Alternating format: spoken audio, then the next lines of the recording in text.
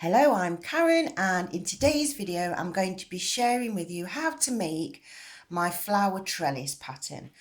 Okay, this is it's still using the same flowers that we've used in the Flower of Life video, but we're actually only making 4 petals. And in this scenario, what we're actually going to be doing is working from side to side. Okay, so I just wanted to share with this that you can make it into scarves, blankets, shawls. And what we're going to do is I'm just going to do you a sample piece. So I've got some little samples that I've already made because I've created a video where we actually make squares, and I'm sharing that one first because so I'm doing the 2 videos together so you can see the difference, because when you actually go around in a square, you create a slightly different angle on your petals. It's only slight, but and this one, as you can see, they look like S's, or S's at the top, look, and number 2 there, or it could be classed as a number 5. Anyway, I'm going to be using a number 4 crochet hook, and which is a G6 in America. I'm just using double knit yarn. It's just normal double knit, so you want something to practice with that doesn't split, so you can get a flow on. And what I'm going to do, I'm going to get you started, do a couple of rows, and then today's historical references are going to be, we're going back to 3500 BC, which is BCE, before the current era, which is before Jesus was born. So we're going back a long way. Okay, so, but this is relevant, very, very relevant. So what we're going to do is we're going to start off with a slip knot on our hook, and we're going to do a chain of 4. So that's 1, 2, 3, 4. And when we're doing our cluster stitch, we always begin with a chain of 4 because we need the 4th chain to work into. The other 3 chains are classed as part of the stitch. So we're wrapping our yarn over twice because we're using the treble crochet in America, or the double treble in the UK. So yarn over through 2, so you create your letter V like I've shown you in the other videos, and then we do the same again with yarning over twice, and we actually create our letter W, and then we yarn over and pull through all 3. Okay,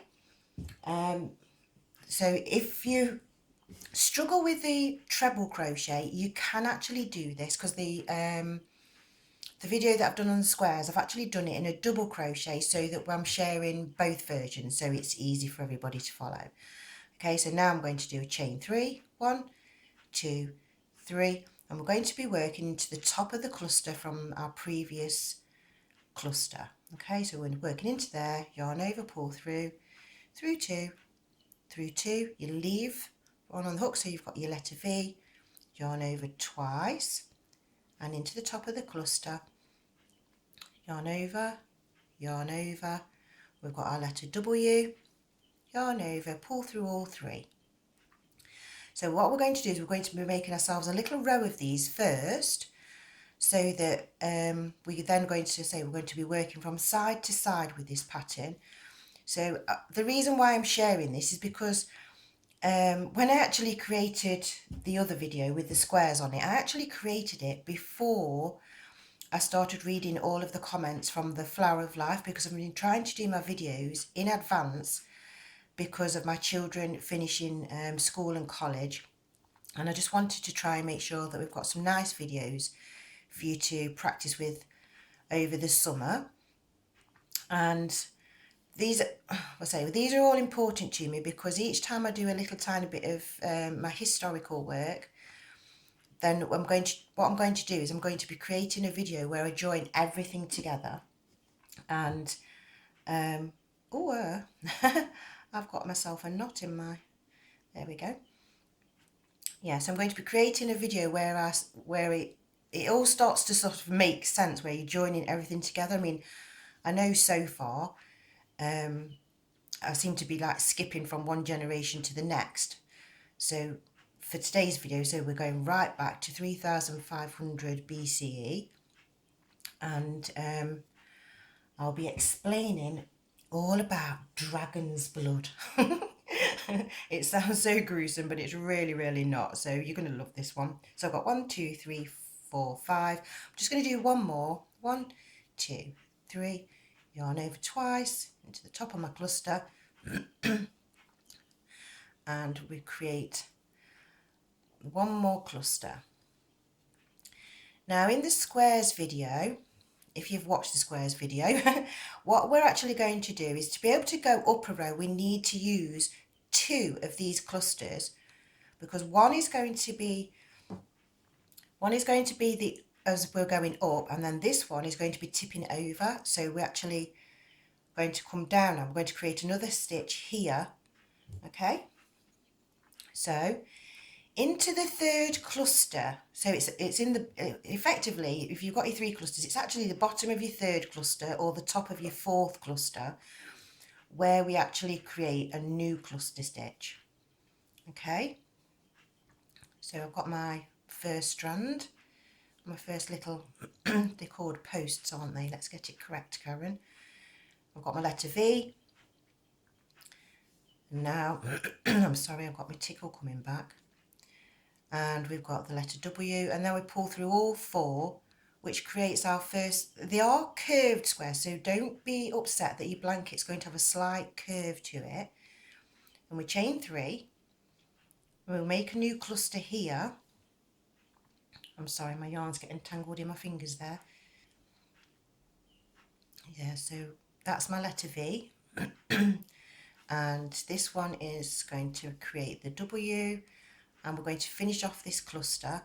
And now this is the part of the row that's going across. I'm going to come back down into here, and you'll see we make little squares as we go along, but it's, I say, it's you can make yourself a nice rectangular, whether you want to do a scarf, whether you want to do a blanket, or whether you want to do a shawl. Or someone's actually said that they would like some crochet curtains, and it would actually make a very nice crochet curtain if you did it in cotton, very thin cotton and a thin needle, then that would work. But I'm actually working on another design, which is a different flower which I've created, and I've been checking online as well to make sure that the flower is, I'm not repeating somebody else's flower. Okay, so I'm going to show you how you can do another version. But today, like I said, we're going to talk about dragon's blood. But what I'm going to do is I'm going to wait till I've got to the end of this row so that you can see how the rows work. Now look at this end stitch, does look messy. Don't worry about it, because when you've actually finished completing the end, it all sits back into place, so it doesn't look like a bad stitch at all. And you can also, I mean, the choice is yours, but you can actually add some kind of frill around the edge as well if you wanted to, but I'm finding it looks pretty enough as it is at the minute, and I can't decide on what kind of edging that I would like on mine. So and the blanket shawl that I'm making, I've already used 3 balls of yarn, and I think I'm going to need to do another 2, and they're 200-gram balls as well, so it'll be beautiful when it's done. So this is my last cluster at the end of the row. Okay, so you should have something that looks like that. Yeah, it looks like 2 little 8s, and then if we pull that tight there, that makes that neater there. Okay, so now what we're going to do is we're going to go up a row. So to go up a row, we need to chain our 3. So it's 1, 2, 3, turn our work like you would do normally, and we're going to create in the top of this cluster here into that stitch there. Okay, we're going to create a cluster there. So that's this one done. Okay, so that's going to be my side. Now I need to make a piece that I want to tip over. So every time you go up a row, you need to do 2 clusters on top of each other, 2 chain 3 clusters. Okay, and it's always the same. Every single row, you always have to do 2 on top of each other, because one of them you need to tip over onto its side. And this is the one that's going to be tipped over onto its side. And at this point here, we're going to create our first 4 petal flower. I'm sorry, I just need to pull some of my yarn. I've got it in a bowl at the side of me today to try and stop it from rolling around everywhere, as I'm working from the outside of a ball. And so when you're sat at the table trying to crochet with a ball of yarn that's wandering everywhere, it can be a little bit annoying, really. It's distracting. So we've made another square here on top. We've made our first 4 petal flower. So now we need to come across and down. So it's a chain 3, 1, 2, 3. Okay, and hopefully you'll have got the gist of this one, because I know that you're all clever and you're all quick. And if not, you can go back to the beginning of the videos. You can go and watch the V chain so you can practice doing the letter V, so that you've got 2 strands of yarn, or you can just sit there and do rows of the cluster stitches. But I say it's best just to get on with something, get your work done, and as you go along you can see where, you know, if you've not quite got your tension correct or anything, you can make alterations as you work.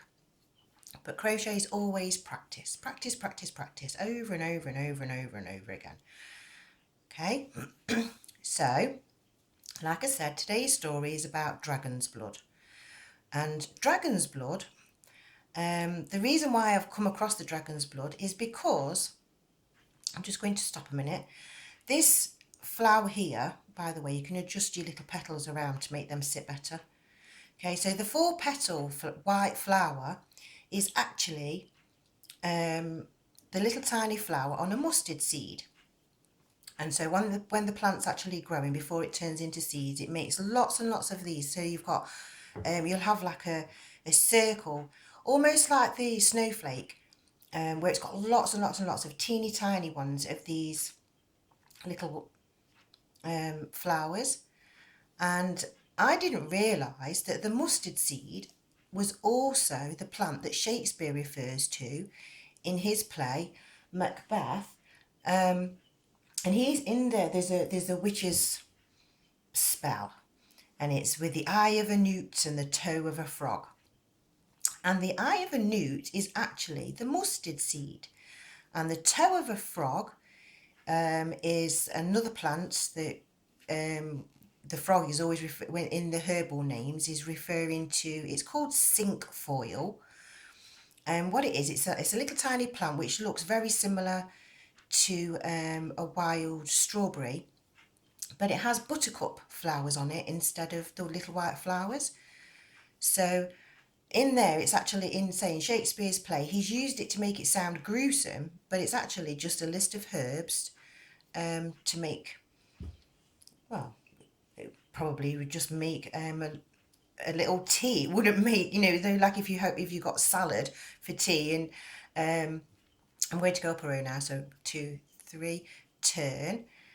Yeah, so it's not gruesome really at all. And this is where, when I discovered that all the herbs actually had these ancient names of gruesome things, I was going through the list of them and I came across dragon's blood.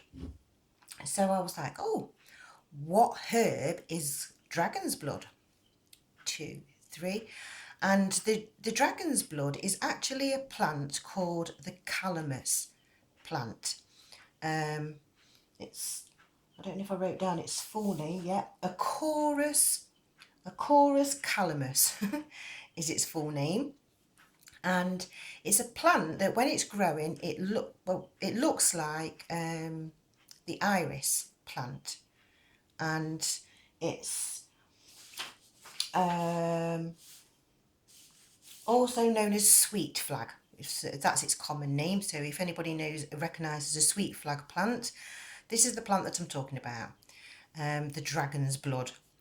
And really what it actually is after doing lots of translations and going through different things and finding out all the different languages, the calamus plant is actually the plant that in 3500 BCE, when they was writing with the cuneiform, which is they was using a triangular stick which they was using the stick and they was indenting it into the clay, and that's how they did it while the clay was moist, and then it would dry, and that's how they made their clay tablets with their writing of their, whether it was how much food that they'd managed to grow in the land, or whether it was to do with the taxes or the royalty or whatever. And it's actually the flower itself of the calamus plant. As it grows up, it grows, you've got the leaves of the plant. I've actually drawn an image, look. This is a very simplistic version, but you've got the leaves growing up, and then you've got this little cone that grows out of the actual plant. And this part here it's almost like the plant sort of wrapped itself around the actual stem of the flower. And even though I've done little curves on that, the flower actually has little hexagonal shapes on it. But it's the little stem inside that's got, it makes this triangular form, and they used to poke that into the clay. So so here we've got, you know, and the Sanskrit version of the translation means reed used as a pen, but it was also the perfume plant. Okay, and this is just showing you've got some new little shoots, because what it does is it sends out, it runs across the ground, underneath the ground, and then these are its roots, which are supposed to look like fingers. So when they was in the spells, when they wanted a finger of something or other, it was probably a root of a plant. And apparently the flour that they used to be able to make the indents within the clay it only grows when the plant's actually planted in water to get the correct flour. Whether that's genuinely true or not, I'm not sure, because I can't grow one of those plants because I've only just found out about it. So I've seen lots of images, and some of them look like that they're growing in soil and they've got flowers on. But like I say, it might not be the correct style of flower. There may be different, you know, like you've got different breeds of plants. It's like this buttercup thing. I've got the cinquefoil, and I've also got a huge plant that's growing, which also has buttercup type flowers on it. And I don't know what it is, because it's not what I would normally say is a buttercup plant, because it's got different leaves. But so there we got, say, in 3500 BCE, before Jesus was born or anything, before the pyramids was built, before Stonehenge was built, we've actually got, I now know the name of the plant that they was using at that time to be able to keep the records in their clay, which I thought was fascinating, but also showing as well that right back from the very beginning, when they was actually writing, they were using codes to hide the names of things. Now, whether it was to keep these things, you know, obviously for enemies, if they wanted to come along and destroy their plants, they wouldn't have anything to write with anymore. I'm not sure. I look like I've gone wrong on that bit there. Anyway, I'm going to carry on. I'm going to create another row, because by rights this next row should turn it back into a square. And I just want to have a quick look at my notes. What else? Oh, that was it. Also, in Mesopotamia, you know, for that era of time, they was actually making some coins, and the coins had the swastika symbol on it, which most people associate the swastika with the Germans. And strangely enough, this calamus plant, it's because it's also a perfume and it's also edible. If you dry it out, you can actually make a sweet out of it, which they called German ginger. Now, whether they call it German ginger because that's like more of a modern name for it, because obviously the Germans weren't around when the cuneiform people, you know, when they was writing the cuneiform, Germany hadn't even been populated like that. I mean, it probably had some ancient ancestors, but it wasn't a city or a town or anything like that. But the coins with these swastikas on was also found in Troy. And as you know, we've been discussing Penelope and Ulysses, and Penelope and Ulysses, because Ulysses went off to fight the battle in Troy. Okay, so now you can see that we can link Mesopotamia to Troy with these coins. And also Penelope, because she was left on her own and everybody thought that Ulysses had died, they thought that she was then a widow. And in the ancient days, when a widow wouldn't remarry to be able to give up the land, they often called her a witch because she knew about the herbal plants, and so then they would kill her to be able to claim the land.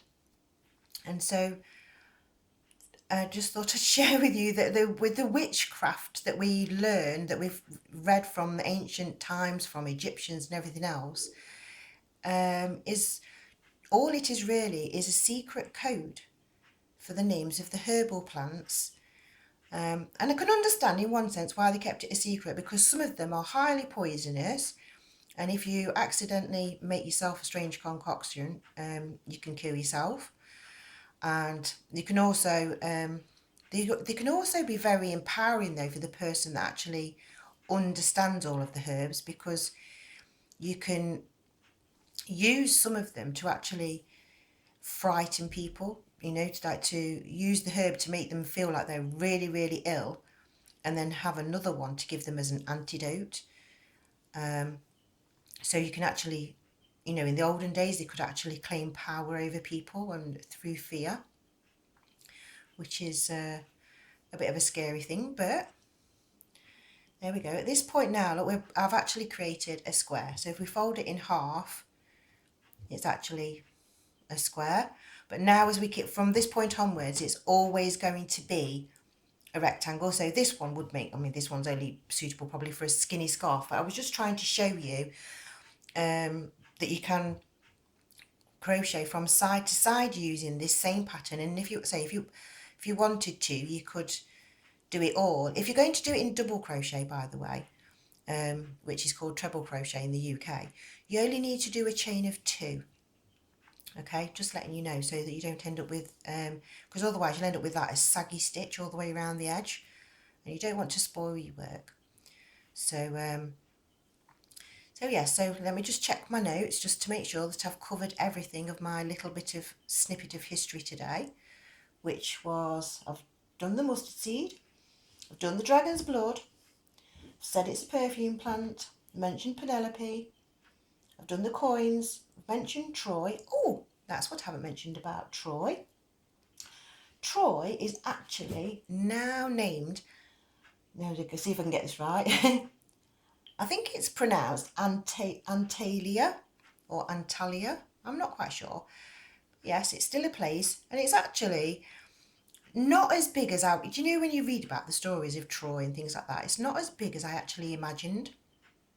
But these bits of information that I've provided you today are actually very, very relevant. If you're following my history, they're very relevant, because I'm actually going to be creating a very special video, because I've said to you, you know, obviously while I've done my research, I've come across a lot of things which make you believe, or that you want to believe, I suppose, because they tell you so, they make them sound so realistic that you want to believe in the truth in them. But like say, like the dragon's blood, you'd believe that, you know, in the ancient days. And I can also share with you, I'll share that one with you, how the Chinese made it appear that they actually had dragons when they actually didn't. And that is actually through the silkworm, because I don't know if you've ever actually had any silkworms at home. I've had some at home, so that I wanted to grow them. That sounds really bad, like a plant, but no. I wanted to actually raise some silkworms so that I could see how they actually worked for myself. I wanted to see, and unfortunately, I mean, I bought some which was realistically intended for you to grow them so you could feed them to your exotic pets. But mine, because I didn't have any exotic pets, I raised mine, and they mated and they laid some eggs, and I was really, really proud of that. And it was something that I did it years ago, But the thing is, I noticed that, you know, with the, it's one of those things where you can see, it was by accident. The way that my light was shining, it was making the, the caterpillar, because it's actually a caterpillar that's from the moth, that's actually, once it grows up, that's what spins its cocoon. And when it, can't do it the right way, because when you have to sort of tip your finger that way around, it sort of arches itself up into the air and sort of does this curve. And because it's got its little tiny legs at the top there, and the way that its shape of its face, when it makes a shadow, it actually looks like a dragon. And so the ancient Chinese would have used like shadow puppetry to make the shadow of their silkworm look like a giant dragon, which really wasn't. And then they would use things like their silk that they'd actually made to make it look like flames, and then at the side of it actually have some real flames, so that people would believe that they'd really got a pet dragon when they didn't. It was just all trickery, it's illusions, so no one would come and pinch their silkworms, because for thousands and thousands of years nobody actually really knew how silk was made. It was one of the best kept secrets in the world, and crochet being the longest kept secret that I've found so far. So what I'm going to do is I'm going to finish off this little bit here, because you can see at the end of this row I'm starting to turn it into a rectangle, and I'm nearly on half an hour. But yeah, so now we've got 1, 2, 3 flowers. So we've got 3 flowers across, 3 flowers. Actually, 1, 2, 3. I've got 4 flowers down and 3 flowers across. Yeah, and as you can see we're starting to get some little loop bits. So your flower pattern, it just needs to utch. You know, because you crocheted over a chain there, you can just utch them around a little bit, just to make them sit better, so that they're all nice and neat. And obviously, because you're going backwards and forwards different ways round, you need to just, but there you go. They're always going to end up with the curved edge though, no matter what you do with this, because obviously you're making it in curves, you're always going to get a curved shaped rectangle or a curved shaped square. But either way, I think it's absolutely a lovely little thing that I've come across. I hope that you like my little bit I've shared about the dragon's blood actually being a herb, which is the plant that they used to, which was one of the very first pens that was ever created. So I just thought, you know, this is very, very relevant, as I say, now we're joining up all of the bits of history that I've been telling you. We're going to be able to get a story which actually starts off, I'm probably going to be going back a little bit further than 3500 BCE. But what I'm going to do is I'm going to do one of my videos where I've got diagrams and I talk rather than crocheting, because it's such a complicated one. So I'm going to show you how the people from our past have picked up on different things and have created a story which makes you believe that in the aliens, and it links up the rhesus negative blood. And I'm going to show you how it actually, all of that actually originated, so that where that story really came from. So when you read all these things and they say, oh, well, in the ancient Egyptians did this and this and this, and you've got this blood and it leads this. There is some truth in there, which is I'm going to explain the truth to you, but I'm going to explain how they managed to fit it all together for us to this current day to believe in the aliens that they've actually been telling us about in our history. Okay, so thank you for watching, thank you for liking, thank you for sharing. I hope that this is okay, because this is like an add-on to the squares. But yeah, thank you for watching, thank you for liking, thank you for sharing, thank you for all your lovely, lovely comments. I am still reading them. I did say in my other video it's probably going to take me a long time to be able to sit and do replies, but because my children are actually going to be on, it's going to be an extended holiday time, because but now they're going to college. They actually don't start college until later in the autumn or the fall if you're in America. but they're actually going to be finishing school and college at the end of this week. So I'm actually going to have 10 weeks of my children at home, and I'm going to be trying to make videos at the same time. And also I've got to do a little bit of support for my dad because he needs to do some hospital visits. Possibly, maybe not. It's like, but he's had a little bit of a dip in his health again, but then he's going back up, so we never know. My daughter's moved house, so she wants me to help decorate, so I'm like here, there, everywhere. So I want you to bear with me. I say I'm trying my best to keep these going, but I also have like a lot of paperwork that I need to catch up on, so please bear with me, okay? So I'll say I'm going to do the flower one next because somebody asked about doing the curtains, and I think that with the home decor stuff, it's nice to have some unusual little pretty things, okay? So thank you for watching, thank you for liking, thank you for sharing, thank you for subscribing. I really, really appreciate you all. Bye for now.